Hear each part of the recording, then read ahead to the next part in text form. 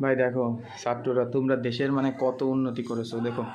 তোমরা তো মানে তোমাদের বোঝায় আমি বলতে পারবো না, তার ফলাফল তোমরা দেখো। এই দেখো, দেখো আমাদের এ দেখো ঘর বাড়ি কী করেছেন।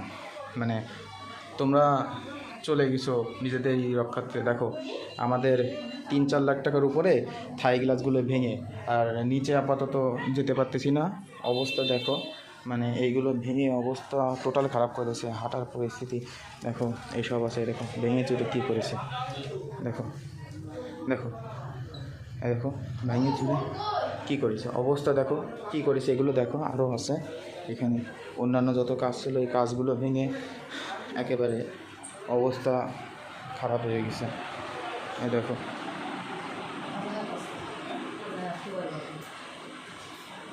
এই দেখো, এই দেখো, এই দেখো।